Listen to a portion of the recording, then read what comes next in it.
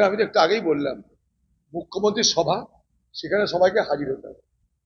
মানে বাংলায় মরেও শান্তি নাই। তাদের পরিবারের একজন স্বামী, একজন সন্তান খুন হলো, শ্রাদ্ধ করার জন্য পুরোহিত পাওয়া যাচ্ছে না। আমরা আমাদের দলের কর্মীদেরকে এবং সেখানে বলে দিয়েছিলাম যে মুসলমান সম্প্রদায়ের নেতা তারা আপনারা বেশি করে যান, যাতে মনে হয় তাদের যে আপনারা তাদের পাশে আছেন। সেই শ্রাদ্ধ শান্তি করার ব্যবস্থা করেছি আমরা। আজকে তারা মুখ্যমন্ত্রী সভায় যাবে কি যাবে না সেটা তাদের ব্যাপার, কারণ কিছু বলার নাই। তাদের উপর জুলুম করার কোনো মানে হয় না, কারণ তারা কোথায় যাবে না যাবে তার তার স্বাধীনতা তাদের আছে। মুখ্যমন্ত্রী উচিত তাদের বাড়িতে গিয়ে সাহায্য করে ক্ষমা চাওয়া। আপনার ওখানে আসবে কেন?